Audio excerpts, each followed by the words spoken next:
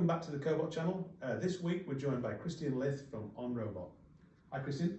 Hi Mark, how are you doing? Not bad, how are you? Yeah, good, thank you very much. Christian, can you start off by telling us a little bit about your role at OnRobot and what you do? Yeah, okay, so I'm the UK and Ireland sales manager at OnRobot, also cover a little bit of North Europe. So what we do is we basically support our partners who are putting palletizing in, any type of solutions. We work with those guys to do that basically. Brilliant, brilliant. As OnRobot are providing like end-of-arm tooling, what are the most common tasks that you're seeing? Is it sort of sanding or screwdriving or for grippers? Or? Yeah, so we get a lot of inquiries for sanding and screwdriving in particular. Those are our two main tools that we supply. We get a lot of inquiries for general palletizing, pick and place, some more intricate robot solutions that we have, like this RG2 gripper here. So we do lots of different pieces, but mainly palletizing, machine tending, that sort of stuff. I guess you're seeing the sort of horrible tasks that people don't want to do, like material removal or putting screws in, a task that are sort of starting to take off for robots, aren't they? Correct, yeah. So mainly we're looking to do simple automation, get rid of the dull, dirty and boring tasks. Those are the tasks that we're really keen on. Excellent. And how has OnRobot developed in the last few years to develop solutions and making tooling easier? How many different things have you added and what sort of tooling do you support now? Yeah, so we have what we call our one, I have to do this one, but we have a zero complexity system. As you can see here, we have a quick changer. So all of our tools attach and are powered and are known by the robot via that connection. We've developed numerous different tools, different payloads, different grippers, 3 fingers, 2 fingers, palletizing grippers, a whole array of stuff in that sector. And they all locate on that same fixture? Correct, yes. So that must make it really flexible then for people to use, I guess. Yeah, so I find that's one of the key selling points of OnRobot gear, is that it's easy just to click, plug and play. No matter what tool you've got, you get the quick changer connected to the robot. You can take off the tools and put another one from us back straight on there. Really just like a tool changer, really. Correct. Yeah. So one of the things that we've seen is where people are perhaps using dual grippers for tending machines. What's the main advantage of using a dual gripper setup? Mainly it's you can pick and place at the same time. So if you're doing machine tending, you can load and unload at the same time. So you're reducing cycle time, basically. Correct. Yeah. It's a cycle time reducer. You don't have to increase the speed of the robot. You can do it by doing 2 tasks at once, basically. And both your grippers can work independently and also together on the end of the robot as well? Correct, they can, yeah. Oh, excellent, excellent. Your grippers are rated to be collaborative grippers, the ones that we've seen. What sort of limits do they have on them to be collaborative, and how do you make them collaborative? Yeah, okay, so for instance, it's probably a good idea to show you this RG2. So in here we have some stop sensors, so if there's anything that's clamped in between there, the gripper will stop. We also have force and torque sensors within all of our range, so if it feels a force, it feels something out there, it won't close. Yeah. And again, there's quite a bit of things you can do in terms of, how should I say, setting up the gripper to be collaborative. Yes. So you need to make sure that the force, speed and everything fits within that collaborative section. Envelope, if you like. Correct, yeah. And I noticed that these are all filled in as well, so there's no trap points. You can't put your fingers in and get them caught, So which is useful for people who are looking at a collaborative installation. The more products that you can make collaborative, then the better. That can be the gripper and the robot together, I suppose. Correct. So as I say, when you put it on the end of a robot, you have to consider what you're putting on the end of that robot to make sure that it still fits within that collaborative area. Yeah. One of the things from your catalogue is you've got a lift kit. What kind of advantages can that bring to an installation by using a lift kit with a robot? Yeah, so if you use our Lift 100, certainly just a Z-axis, you can get extra reach with the robot, especially if you compare it with something like a UR20, you'll be able to get a really significant amount of reach with that robot. Again, as well, if you pair it with something like a palletizing system, you can mark the pallets out and then you can do automatic pallet station detection instead of having to teach all 3 corners. Okay. And that's if you utilise maybe something like deploy palletizing at the time. Yeah, we've seen some of the palletizing, if you're palletizing light products, it actually gives you the range extended to palletize up to like 2.2 meters, which is important if you're palletizing crisps or confectionery, I suppose. Absolutely, yeah. Yeah, because the robot just wouldn't reach up that high, I guess. That's correct, yeah. So I also noticed that some of your grippers are vacuum based, but they don't require compressed air running to the robot. So how does that work? What are the advantages for people to use products like that? Yeah, so all of the OnRobot products are all electric, so we don't provide any grippers with external air or anything like that. So there's an internal vacuum motor, and that generates the vacuum. They also have brakes in them as well to detect grip detected.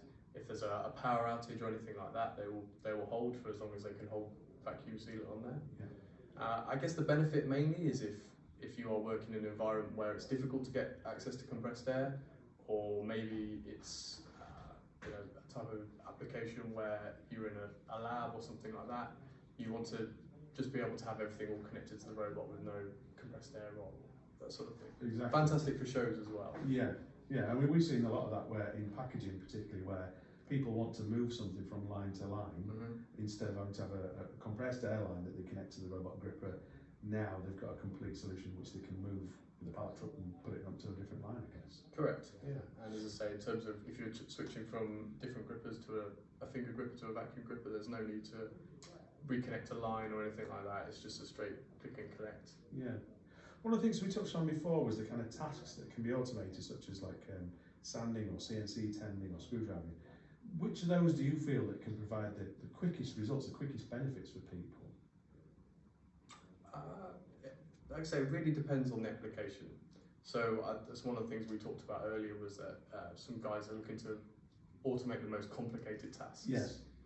So what we find is if the task is a simple, easy task to automate in terms of it's just putting something here and there, they're the ones that we feel would actually you get the best value for money on. Yeah, the quickest payback, you like. Correct. And machine CNC tending, I suggest, is probably one of the ones that we are really interested in that area, because we have a lot of old CNC machines out there in the market where there's guys tending to them and they go home at 5 o'clock. So we see now a lot of people who will invest in automation, invest in a UR robot and an OnRobot gripper to tend their CNC machine overnight as well. Yeah, to run lights out, if you like. Correct. Yeah. And one of the things I suppose about your grippers being plug and play is also its speed. You can deploy it really quickly. You can get a robot and a gripper working, within minutes, rather than having something specifically designed and having to be programmed to work with the robot. So yeah, that's the idea. The idea is that you can move the robot around. Obviously there's still a need to think about what you're doing, but you can move the robot, have it doing different tasks at more high intervals than you would say if it was an industrial robot or something else, perhaps. Yeah, it would be more bespoke rather than being flexible. Absolutely, yeah. So OnRobot are one of the first partners to be UR Plus, and our UR Plus network is obviously our plug and play network. How, for OnRobot being part of that network, how does it help end users? I mean, do you see does it de-risk it for users, or does it make it easier for them to select because they know that they're going to work with a robot? Yeah, I think there's a lot of benefits to that. Certainly the integration level with the robot always helps things out. We know that we can connect and we're up and running straight away. Yes. We have a lot of great UR partners across UK and Ireland who are able to offer the complete solution. So that is a real value add from us, to have great partners who sell universal robots and also work with OnRobot as well, so they can offer a complete package. Something that's quite seamless, I guess, to put together. Yes. Yeah. And that's appealing to the end user, I guess, because there's, like we said, there's less integration time, there's less risk, I suppose. Absolutely. So what we're trying to do is lessen the complexity, lessen the barriers to automation, and when we've got guys that can support the whole process, that really helps, I guess, relax the customer, de-stress them, and also de-risk it, as you mentioned. Yeah, yeah. One of the things we've seen is that perhaps somebody would buy a Cobot for a particular application, and then 2 years later they stop making that part and they want to deploy the robot into something else. Do you see the same thing where somebody might change a gripper from a 2-finger gripper to a 3-finger gripper to work in a different part of the factory? Do you see that sort of flexibility increasing? Yeah.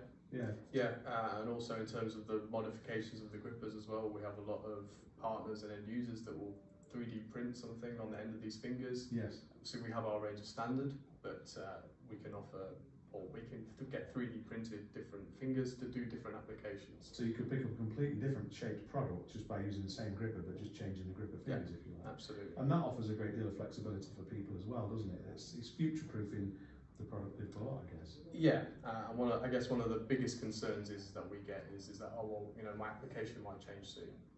What can I do about this? You know, I don't want to buy a different gripper for every single application, and that's where we say, well, okay, well, this is why we have them, so you can unscrew these tips, add different ones, extend them, make them wider, whatever you need to do to fit your application, so that, of course, there's some cost in there to make your fingertips, but it's certainly a lot less than buying a new gripper every time. Exactly, it's a huge saving, I guess. Instead of having to buy a complete new gripper, you can just change the fingers on there and undo 4 screws, and that's it changed, I suppose. Absolutely, yeah.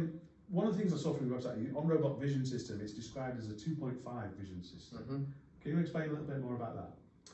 Yes, so the 2.5D basically means it has some depth perception. Yeah.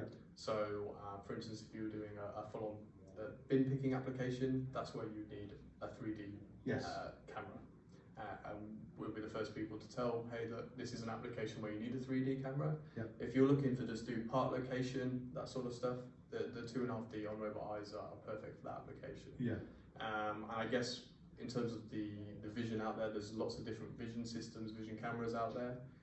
But from my point of view, the benefit of using the OnRobot stuff is the integration with the robot. So that will sit between the gripper and the robot on the wrist itself. It will do, yes. Yeah. You can also mount it externally as well if that's a better application, because obviously with vision you always need good lighting. Yes. To keep it accurate and to keep it consistent. So So it's actually more than a 2D vision system. It's actually giving you a bit of depth as well for, you know, products are stacked or on top of each other. You can actually do absolutely well. Yeah. So there are obviously limitations, but there is an extra bit there that you can do. That's why it's not a full 3D, but the 2.5D allows you to get some, like you say, for picking up stacked items. Yeah, if you're picking products from the end of a conveyor, let's say, and they're overlapping, you can tell which is the tallest one, I suppose. Yeah. Yes. Which again is pretty useful.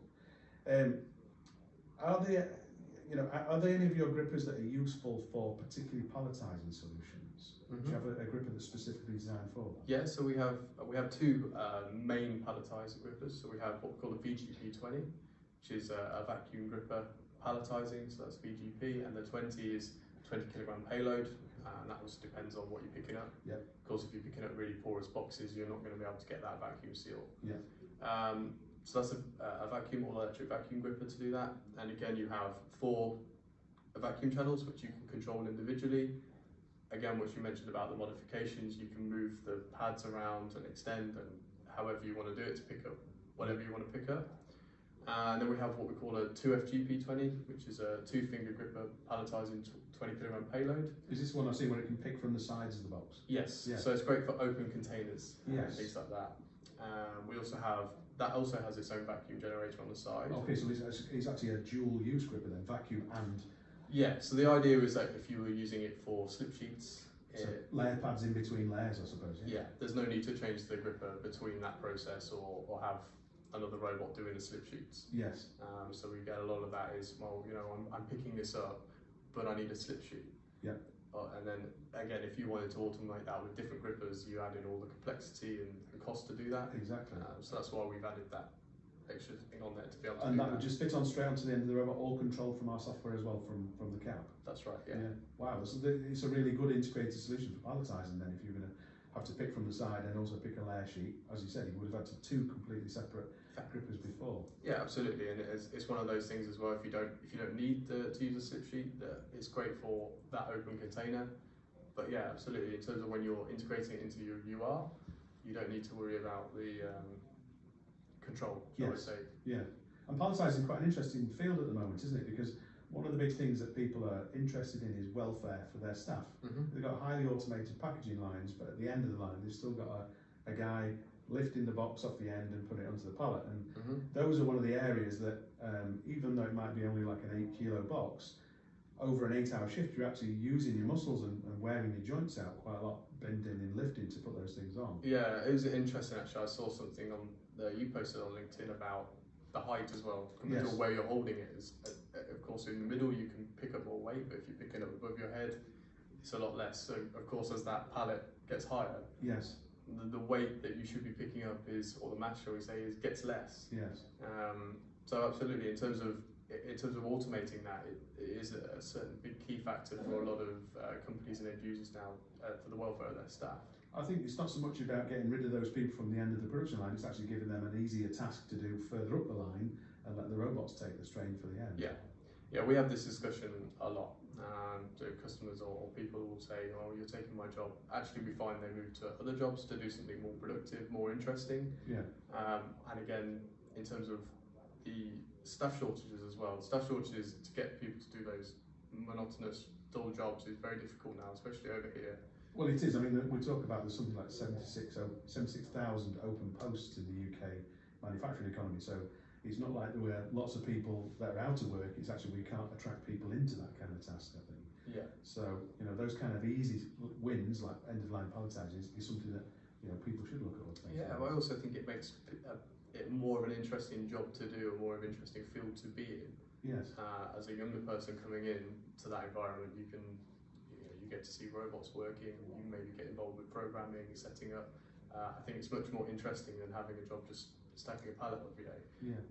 Certainly for the younger generation, I think it's great to bring them in and actually show them something interesting within that factory as well, from an employer perspective at least. Yeah, definitely. And lastly, are there any developments that you have either just come out or in the pipeline, or anything that you think from OnRobot is worth mentioning now? Yeah, so we have a couple of new grippers coming out, mainly variations of what we've got, so higher payload to work with the likes of the UR20. Yeah. We also have a little bit of software, so we have some application builders for deploy, for palletizing, machine tending, and transferring, packaging. So they're for simple applications, for guys where they're not looking to integrate it with a PLC or a long line of applications. It's just, hey, I want a robot to put something on a box, or put something in a box, or put a box on a pallet. Those sort of applications that we're working for there. Yeah. So yeah, that's what we're really targeting at the moment, is the area where there's no automation, and there's still a lot of that within the UK line at the moment. Definitely. Christian, thank you. No worries. That's all for this week. Join us next week. We'll have another interesting guest from the world of robotics.